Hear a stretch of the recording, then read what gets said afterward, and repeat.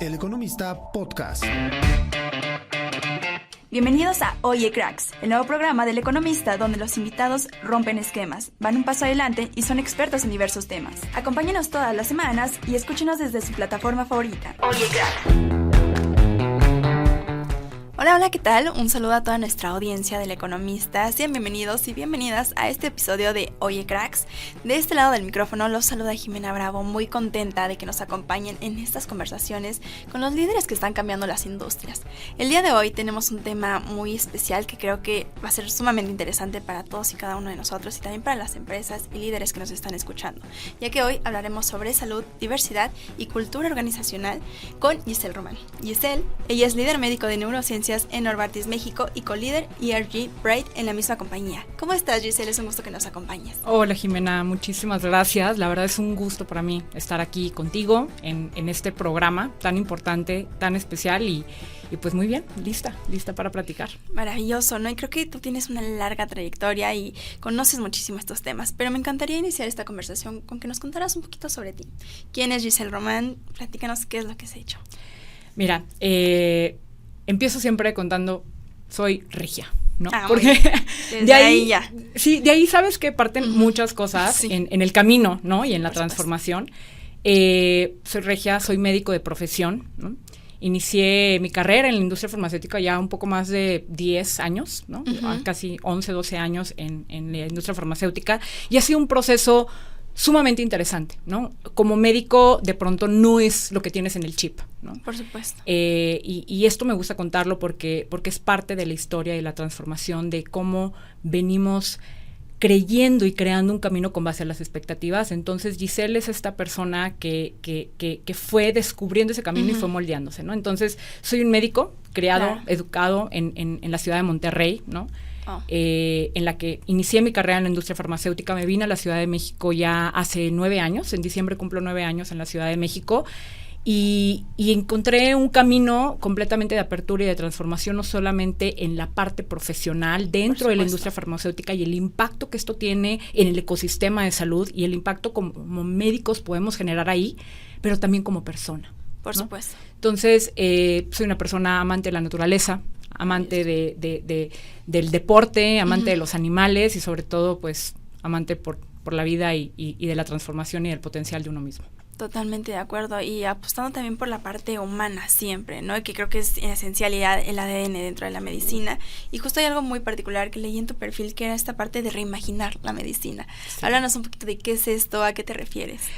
Mira, este concepto de reimaginar la medicina, de hecho, en la organización, en Novartis, es algo que también tenemos muy puesto y es cómo lo tradicional o las formas tradicionales en las que jugamos en el ecosistema de salud, y por esto me refiero a impactar con tratamientos innovadores o con modelos innovadores, podemos realmente transformarlo. Y esto significa en cómo podemos realmente jugar e impactar en todas las determinantes de una población para la calidad de vida de una población. Nosotros como industria farmacéutica de pronto se tiene la percepción de que solo tenemos medicamentos, ¿no? Claro.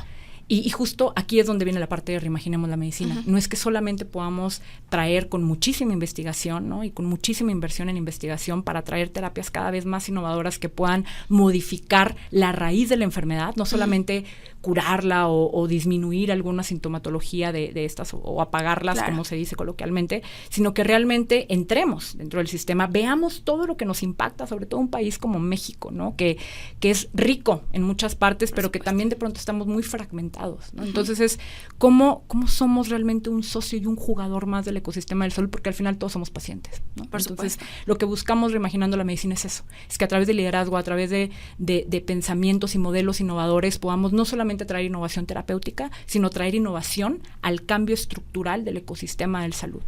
Por supuesto, y creo que tiene que ver muchísimo con la parte cultural, ¿no? Totalmente. México es un país multicultural. También, ¿cómo has permeado y has logrado también esa estrategia e innovar en la parte cultural, que creo que es lo más difícil al final del día, ¿no? O sea, llegar a las personas, hacer que cambien. O sea, ¿cómo logras esto? Totalmente, y eso es a través del propósito. O sea, Y justo lo comentas, ¿no? O sea, uno, como organización tenemos planteado un objetivo. Y el objetivo es hacia afuera, pero en el momento en el que como líderes entendemos, y es algo que platico mucho con los equipos, es todo parte desde el yo.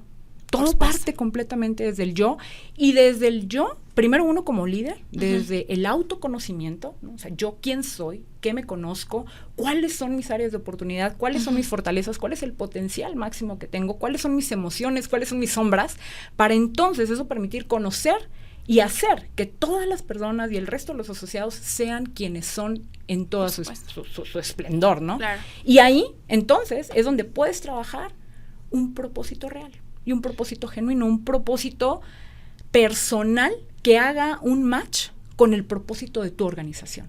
Totalmente. Es ahí cuando empieza la creatividad, cuando hay coherencia, cuando tienes una motivación intrínseca, incluso, ¿no? Estas motivaciones, se habla mucho de la motivación intrínseca y extrínseca, pero luego de pronto la motivación extrínseca se apaga muy rápido, como, no sé, un bono, el salario, el premio, ¿no? Y eso, listo, lo tienes, y luego, ¿qué más? Entonces, todo viene del trabajo intrínseco y de la motivación intrínseca, ¿no? Entonces, ahí ese empuje te marca la línea hacia un propósito claro, a decir cómo lo que estoy haciendo todos los días en mi trabajo hace sentido para mi persona, ¿no? Entonces, cómo esto hace match para un propósito personal, y eso no tiene límites. Y de ahí se desencadenan un montón de acciones y un montón de cosas que se ven de manera tangible, ¿no? Totalmente, ¿no? No, y hablas también de propósito, motivación. ¿Cuál es tu propósito y motivación, Giselle? Mira, esa es una gran pregunta, Jimena. O sea, yo creo que se viene cambiando, ¿no? Y se viene reinventando esta parte del propósito, pero hoy por hoy, combinado con mi trayectoria personal hasta el día de hoy, porque sé que esto seguirá creciendo, mi propósito es impactar en las personas a través del autoconocimiento y desarrollo de su máximo potencial. Ese es mi propósito. Creo que cuando todas las personas, cada uno de nosotros, encontremos nuestro potencial, ¿para qué estamos? Y lo explotemos en su mayor capacidad, entonces estaremos transformando una sociedad. Y estaremos hablando ya de un impacto a nivel macro, a nivel de una sociedad que entonces comulga hacia un propósito genuino desde el yo para los demás, ¿no? Entonces, ese es mi propósito personal, que busco siempre anclarlo al propósito, obviamente, profesional. Y cómo se ve justo reflejado a lo profesional, ¿no? ¿Cómo se ve Giselle en Novartis? Totalmente en Novartis, tengo el gusto y el honor de liderar un equipo realmente maravilloso, magnífico, y lo platico mucho, el trabajo ahí, básicamente el 60-70% es gente. Y es estar con ellos. No importa cuánta tecnología, siempre lo fundamental va a ser las personas. Las personas, ¿no? Y tener y procurar estos espacios de sentarte a trabajar en esta parte intrínseca. Porque lo técnico lo aprendemos. Exacto. ¿no? O sea, a ver, los KPI, los objetivos, los vamos a tener, los vamos a trabajar. Lo técnico nos dedicamos, y claro que hay que dedicarle, porque pues al final tenemos que mostrar resultados. Pero para que esos resultados lleguen, y lleguen con calidad, y sean sobre todo sustentables, tenemos que trabajar en la persona y en el yo. Entonces ahí es donde debemos dedicar la mayor parte de nuestro tiempo, y es donde yo procuro dedicar la mayor parte del tiempo, ¿no? Sentarme con cada una de las personas, ¿cómo estás? ¿no? Esta parte de inteligencia emocional. Básico, por supuesto. Lo básico, a veces dejamos de lado. Nos olvidamos de eso, sí. Oye, nos enseñaron, bueno, no sé si a ti te pasó, Jimena, pero la parte de separarnos, ¿no? O sea, dejas afuera, sales de tu casa, o llegas a tu casa y dejas el trabajo afuera, y entras a la oficina y dejas tu casa afuera, ¿no? O sea, como cambiar, como si fuéramos, no sé, maniquís, ¿no? Y te pones una cachucha de robots. Y la realidad es que no. La realidad es que creo que esta nueva tendencia de liderazgo, y a ver, digo nueva porque me da mucho gusto que hoy se esté visibilizando más, pero no me parece que sea algo nuevo que se nos haya ocurrido. Más bien me parece que es un descubrimiento del impacto de la calidez humana y del trabajo humano redituado en el crecimiento de las empresas, en el fortalecimiento de las empresas a través de la cultura. La cultura la hace la gente.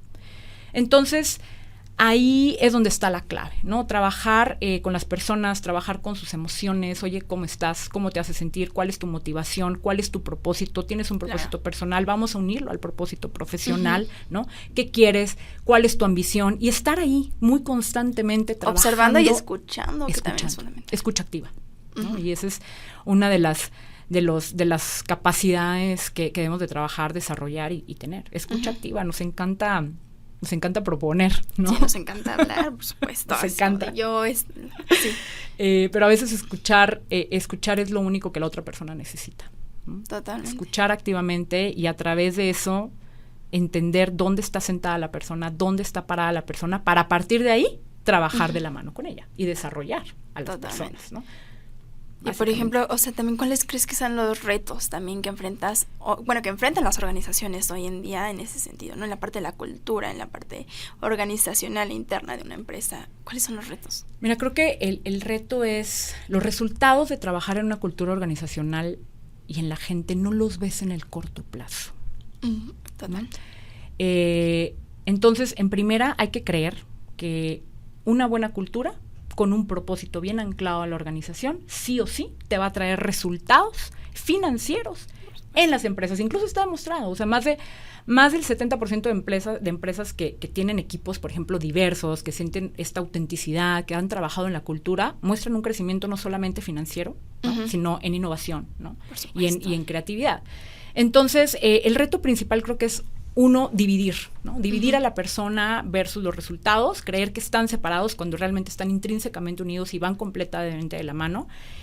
Tener esta visión a un mediano plazo, ¿no? Para poder tener esta paciencia de trabajar realmente la cultura y sobre todo el poder tener una inversión y espacios para trabajar en la cultura. Dígase los Employee Resource Groups, ¿no? Estos grupos de asociados que forman comunidad. Al final es formar una comunidad dentro de una organización que genera espacios psicológicamente seguros, emocionalmente seguros. Pasas gran parte de tu vida ahí, ¿por qué no hacerlo? A veces estamos más tiempo ahí que en la casa, ¿no?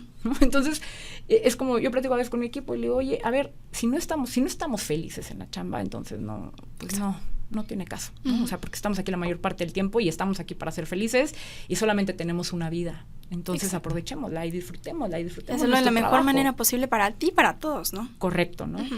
Y que el trabajo no sea solamente tu fuente de ingresos, sino también tu fuente de crecimiento personal y profesional. O sea, que te rete también, que te rete, ¿no? O sea, yo creo que de pronto lo dividimos, el crecimiento profesional y en el trabajo y que si subiste de puesto y lo que tú quieras, pero es que tiene un gran impacto en la persona y en el crecimiento como persona y en el autodescubrimiento que la tú motivación, tengas. sí, claro. Totalmente, por ¿no? supuesto. Y trabajar ahí y que las empresas dediquen y generen estos espacios, generen incluso inversión y recursos. Oye, ¿sabes qué? Vamos a invertir en cursos de inteligencia emocional, ¿no? En cursos de liderazgo, en los Employee Resource Groups de diversas fuentes. Por ejemplo, en Novartis tenemos para el Pride, para toda la comunidad LGBT, ¿no? Que es un espacio realmente muy seguro para las personas que somos LGBT, para las personas con discapacidad, ¿no? Para multicultural, multigeneración, ¿no? O sea, tenemos también brechas generacionales impresionantes que lejos de que nos dividan, nos pueden unir, ¿no? ¿Cómo te aprendo yo a ti de una generación a otra? ¿No? Eso es impresionante y cultural, ¿no? O sea, eso también, la riqueza que nos da las culturas, al final cuando logramos verlo y cultivarlo y trabajarlo en otra organización, sí o sí te va a redituar en crecimiento. Por supuesto. La fórmula es clara. O sea, ¿y cómo saben las empresas? ¿Cómo podemos saber que estamos por el buen camino, ¿no? Que estamos haciendo las cosas bien, más allá de los números, más allá de los estados financieros? ¿Cómo sabemos que estamos haciendo bien las cosas? La cultura se vive y la cultura se permea, ¿no? O sea, yo te puedo dar un ejemplo muy claro en Novartis. México, específicamente, hemos trabajado ya desde hace 3 años de manera constante con el mismo propósito, ¿no? Y trabajado en la cultura y hemos mantenido el propósito por el que nosotros vamos todos los días y trabajamos para y por los pacientes, ¿no? Y al mismo tiempo, como base, trabajar en toda esta parte de inclusión, diversidad y equidad. Equidad de género, o sea, hoy por hoy 50-50 posiciones de liderazgo está dividido entre el género masculino y femenino, ¿no? Posiciones medias gerenciales también, alrededor del 56%. La comunidad LGBT ha crecido muchísimo.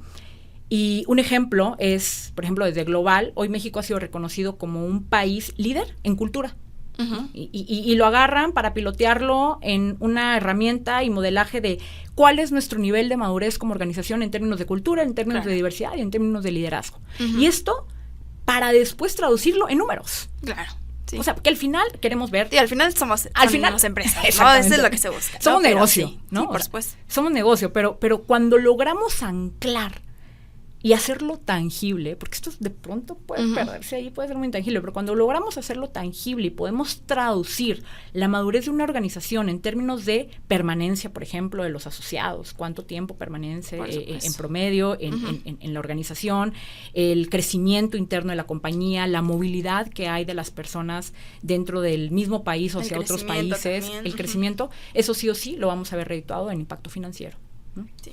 Entonces, esos ejercicios y esos modelamientos son muy interesantes para las organizaciones en cómo podemos demostrar numéricamente el impacto de cultura. Y, por ejemplo, mencionas la parte de diversidad, como dices, hay diversidad, ¿no? De género, de edades, pero también tú eres líder de la parte Pride, ¿no? Platícanos un poquito de cómo ha cambiado también la conversación, sobre todo en el sector salud, en torno al Pride, a la comunidad, a la diversidad. ¿Cómo ha cambiado, sobre todo aquí en México? Ay, Jimena, o sea, a ver, ha sido un camino muy interesante. Yo llegué hace casi 10 años a Novartis, México, y aquí, así nada más como contexto, cuando yo llego, yo salgo del closet gracias a Novartis, de hecho. Okay. O sea, yo estaba un poco ahí en el closet, recién había salido del closet con mi familia. Llego a Novartis de Monterrey a México, una nueva posición, nueva ciudad. Demasiados cambios. Todo era nuevo. Ajá. Entonces, para mí era como, a ver, Giselle, dejaste Monterrey, dejaste todo, ¿no? Para venirte acá a la ciudad, tienes que apostarlo todo, ¿no? Novartis me generó ese espacio seguro y esa confianza, y fue el primer lugar, digamos, público en donde yo dije, hola, soy lesbiana. Y lo primero que, claro, un terror y un miedo tremendo por todos los sesgos implantados, que dices, Dios, soy mujer, además no soy de aquí, soy nueva y además soy lesbiana. O sea, todo está en mi contra, ¿no? Ajá. Y te da un terror. Claro. Y cuando encuentras y ves del otro lado una cara que te sonríe, alguien que te abraza y que continúa una conversación como, o sea, ok, siguiente. Ajá, y luego, ¿no? Ajá. ¿Y qué más? Eso para mí fue el primer momento wow que dije, listo, aquí estoy en un lugar seguro, puedo ser yo, puedo terminar o seguir encontrándome y construir un camino dentro de la organización. En ese tiempo el ERG de Novartis ni siquiera era ERG, el de LGBT era un comité, ¿no? Se llamaba Comité de Orientación Sexual y de Género. Hace ya, pues sí, más o menos 6 años, ¿no?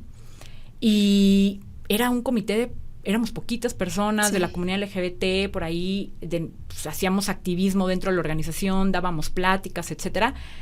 Y fue creciendo y creciendo y creciendo a través del impacto generado, ¿no? El impacto se empezó a ver cuando empezamos a ver a más gente, ¿no? Que le alzaba la mano a través de sentirse en un espacio psicológicamente seguro y emocionalmente seguro. Y eso sí o sí se ve reflejado en el performance, digamos, de las personas. Por supuesto. ¿Por qué? Porque tu energía ya no está en me tengo que esconder, tengo que callar. Tu energía está concentrada en lo que tiene que estar concentrada. Tu energía está concentrada en tu trabajo, en tu posición, porque lo demás es libre. Eres quien eres. Y cuando empezamos a ver en la organización y cuando los mismos líderes de la organización empezamos a ver ese impacto de gente más feliz, de gente más motivada. Más tranquila y segura consigo misma y con su trabajo. Claro, totalmente.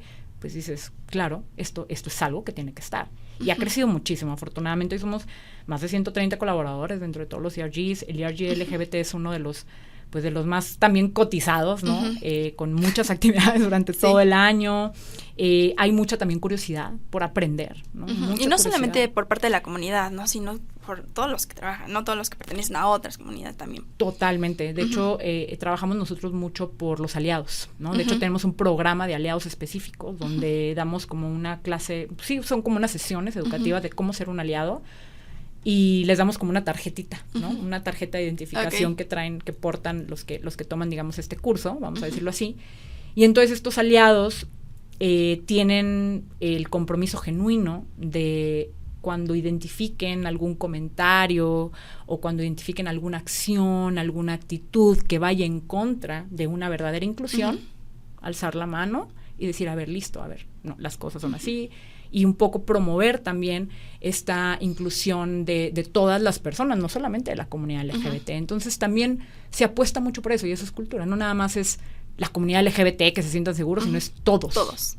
dentro y fuera, ¿no? Sí, por supuesto. Totalmente, porque pasa mucho de, oye, yo aprendo aquí, vengo y te pregunto aquí porque tengo un hermano, porque tengo un hijo, una hija, ¿no? De la comunidad LGBT y no sé qué hacer. Y eso es grandísimo, porque entonces ya el impacto va mucho más allá de las paredes de la oficina. Sí, no, y es esta parte también de educar y de aprender todos juntos, ¿no? Como dices, no necesariamente tengo que pertenecer a la comunidad. Exacto. Justo para aprender, conocer y saber, ¿no? También cómo relacionarme incluso fuera del ámbito laboral, ¿no? Que creo que es fundamental. Totalmente. Y también para las organizaciones, ¿qué tan importante crees que ha sido esto? O sea, hablamos de los impactos culturales, ¿no? Pero para la comunidad LGBT, ¿qué impacto ha tenido? Sobre todo también para la empresa, ¿no? O sea, para la empresa, ¿cuáles son esos impactos tangibles, ¿no? Y sobre todo hacerlo parte de una cultura, ¿no? Hace poco tuvimos aquí un foro donde hablábamos de que no era necesario hacerlo solamente en el mes de junio, ¿no? Que creo que es un debate totalmente, sí, ¿no? O sea, que junio todas las empresas sí, pero ya cuando estás, no sé, a la hora de entrar a una empresa hay un cambio, ¿no? Resulta que no es tan tangible. ¿Qué pasa con eso? Sí, y de hecho eso ha sido un tema de mucha discordia, ¿no? Sí, de hecho, el año pasado estuvo muy, muy fuerte y se vio reflejado en la marcha, ¿no? Que se hace cada junio. Y, a ver, Novartis, sí, en junio aumentan las actividades. De hecho, cada semana tenemos alguna actividad y siempre son educativas, ¿no? Hablamos de salud mental, hablamos de muchas cosas, pero permanece todo el año. Y es algo que vive y está vivo todo el año. Porque es como y que decimos, es parte del ADN, ¿no? No es solamente un espacio en junio. Totalmente. Pero ¿sabes qué, Jimé? Ese es un esfuerzo, sí, desde el ERG, ¿sabes? O sea, desde el ERG es como estamos. Y de pronto va a haber gente que te ve extraño y diga, oye, pero es que ¿por qué? Tú te planteas y generas el impacto porque es la raíz de todo esto y que creo que por ahí puede generar mucha confusión. O sea, no es pintarnos de colores por pintarnos de colores. No es eso. Te estoy hablando de una población que está vulnerada, ¿no? Y las estadísticas lo dicen. Una población que está vulnerada, ¿y eso qué significa? Es una población, o estas personas vulneradas, son personas apagadas, son personas que no pueden ser quien son, no se sienten cómodos siendo quienes son, o seguros siendo quienes son, y eso sí o sí te va a bajar, o te va a impactar, en el rendimiento de una persona, lo cual a su vez te impacta en los resultados. Y las empresas las hacen las personas. Entonces, si tú tienes personas que realmente están bien con quienes son, en todos los sentidos y en todas las esferas, en la esfera mental, en la esfera emocional, en la esfera física, ¿no? Vas a tener sí o sí un equipo o un grupo de personas, o una persona con alta creatividad. La creatividad se ve reflejada en innovación. La innovación se ve reflejada en proyectos. Y esos proyectos te van a traer resultados. Regresamos a lo mismo. A todos nos va a ir bien si todos se sienten cómodos en sus espacios de trabajo, ¿no? Y se sienten libres de expresarse, ¿no? En ese sentido.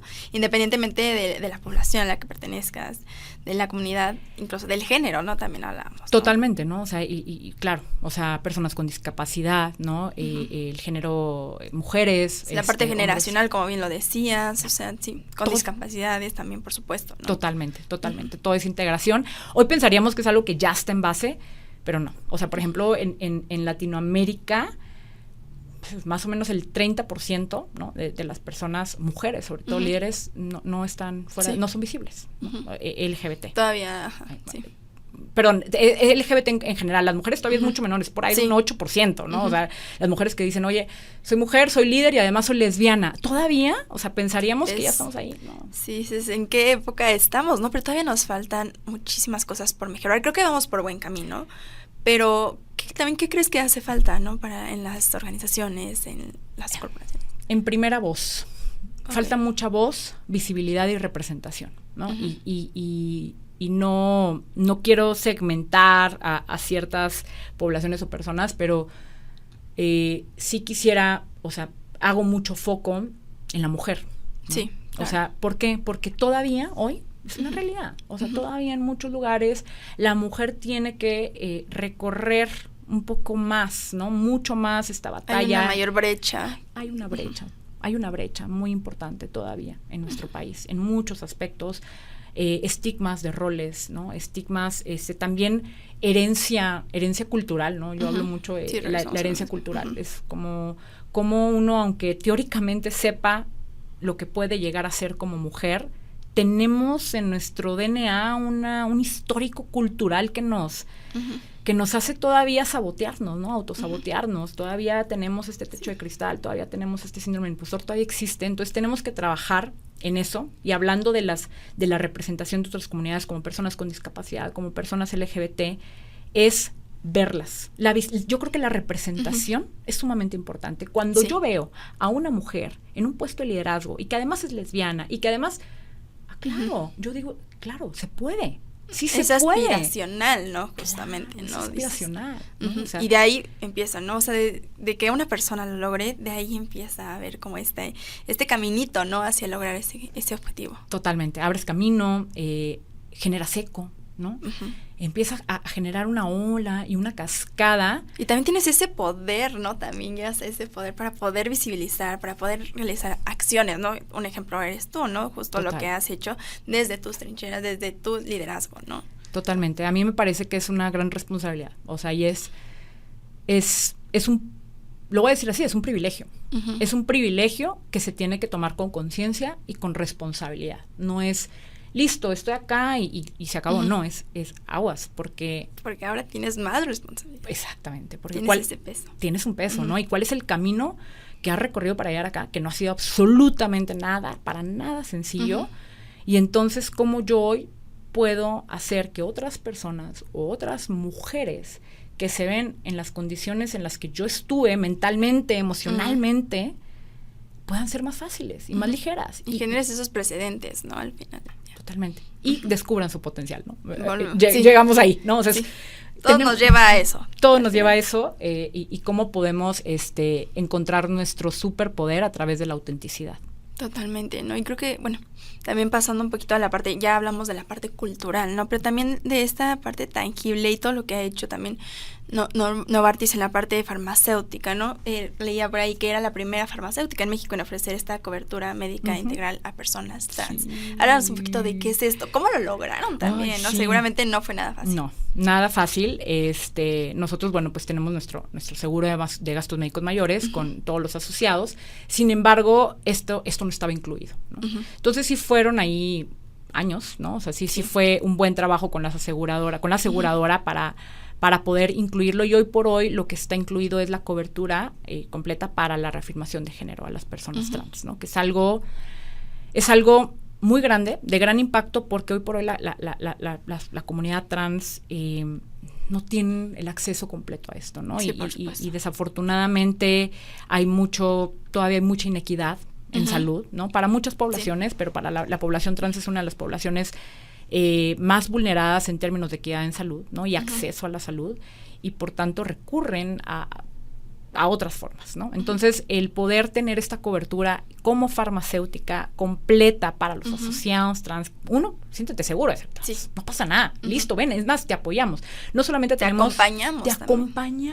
No solamente tenemos el seguro de gastos médicos que hoy te cubre completo la reafirmación de género, sino tenemos un protocolo también. Un protocolo que incluye la parte del manager, ¿no? O sea, cómo acompañar a una persona trans, la parte de procesos legales, ¿no? Les damos un poco de asesoría, también, porque es un cuento también toda la incluso parte psicológico legal. También, legal, o sea, implica muchísimas cosas. Son muchas variables, entonces tenemos también este protocolo de acompañamiento a las personas trans en lo interno, pues dentro de la organización, tanto como en la parte, un poco una guía y un apoyo en la parte externa de administrativa, mental, etcétera. Entonces, sí es algo que la verdad nos hace sentir muy felices, es un gran logro desde el ERG, ¿no? Sí, y desde la organización, el equipo de recursos humanos, los líderes, obviamente, todo lo que lo hacen posible, ¿no? Todo lo que lo hacen posible, y para la comunidad trans, pues es algo grande también, ¿no? Es algo que es una forma de demostrar que el compromiso es genuino.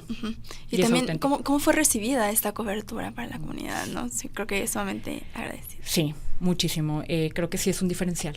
Es un diferencial hoy para ser un lugar para trabajar, no solamente por la cultura organizacional, por el clima laboral, por los valores que se viven, sino también por la accesibilidad y las oportunidades que se le pueden generar a las personas. Y que creo que poco a poco, justo desde los liderazgos, se van abriendo estos espacios, ¿no? Y se van abriendo estas posibilidades, ¿no? Pero también, ¿qué crees que hace falta o cómo te gustaría ver esta parte, sobre todo en el sector salud, en el sector médico, estos avances en cuanto a la comunidad y también, como dices, incluso de otras poblaciones, ¿no? Sí, mira, creo que una es meter más en la agenda de salud este tema, ¿no? Y sí quiero hablar puntualmente del tema LGBTQ+, y en específico de la comunidad de la población trans, ¿no? Dentro del ecosistema de salud sí hace falta tener un poco más de actualización médica en cómo manejamos, ¿no? Claro. Ciertas patologías en la comunidad trans, ¿no?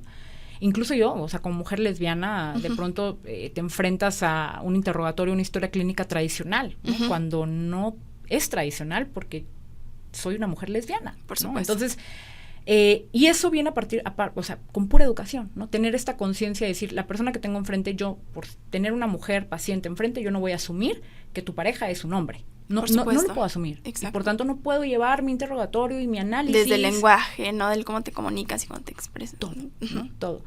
Entonces, no nada más es en la parte clínica y el manejo clínico, sino en la parte justo como comentas, ¿no? O sea, cómo te presentas, cómo le hablas a la persona que tienes enfrente, ¿no? Cómo generas un interrogatorio para realmente conocer a la persona y saber cuál es su forma de vida para poder realmente hacer un buen diagnóstico, ¿no? Entonces, dentro del ecosistema de salud, creo que para ir abriendo o estrechando esas brechas que tenemos hoy de inequidad en salud en algunas poblaciones, pues todo parte de la visibilidad, ¿no?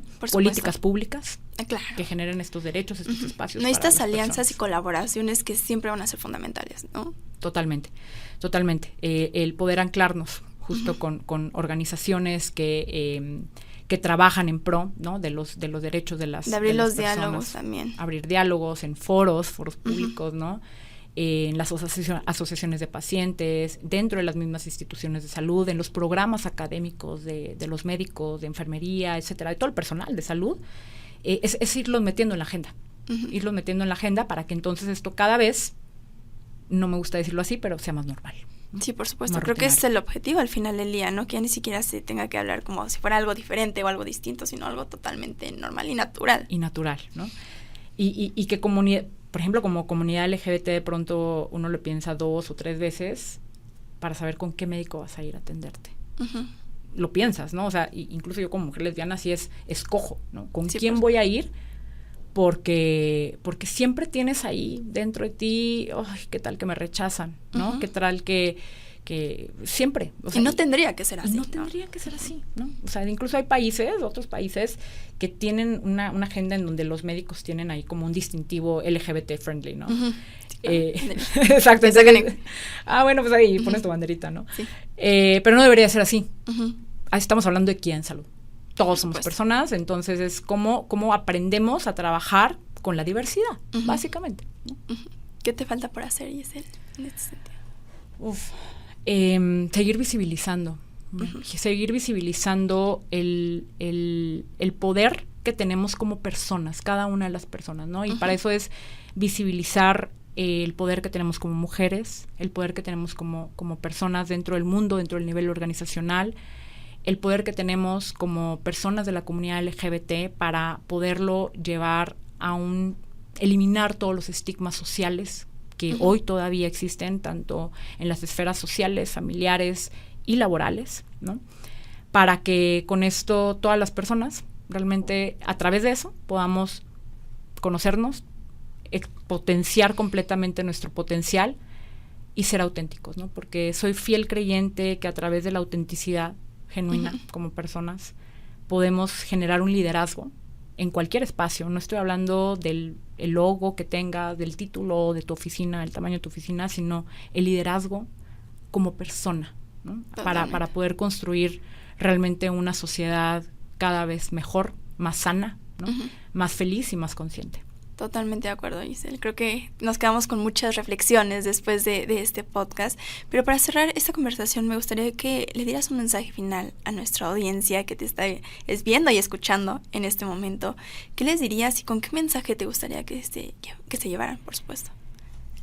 Yo les diría que la autenticidad es su superpoder. Si en algún momento sientes miedo de alguna cuestión de quién eres, de por qué eres o hacia dónde vas, sabes que no estás sola, no estás solo, no estás sole, y vayas ahí, te atrevas, te avientes. Habemos muchas personas que hemos recorrido ese camino y descubras tu verdadera autenticidad, y a través de ahí pasarán cosas maravillosas. Totalmente, Giselle, creo que tú eres un gran ejemplo de todo ello, así que muchísimas gracias por acompañarnos en este espacio, por abrir estos canales de conversación para que también aquellos que nos estén escuchando y nos estén viendo también dialoguen con nosotros, ¿no? ¿Qué hace falta? ¿Qué les gustaría también que pudiéramos hacer dentro de las organizaciones, ¿no? Y también que hay historias buenas, ¿no? Y hay historias de liderazgo y de autenticidad al final del día. Así que muchísimas gracias, Giselle, y muchísimas gracias también a toda nuestra audiencia por acompañarnos hasta esta parte del episodio. Fue un gusto que hoy conversáramos sobre salud, cultura organizacional y diversidad, por supuesto.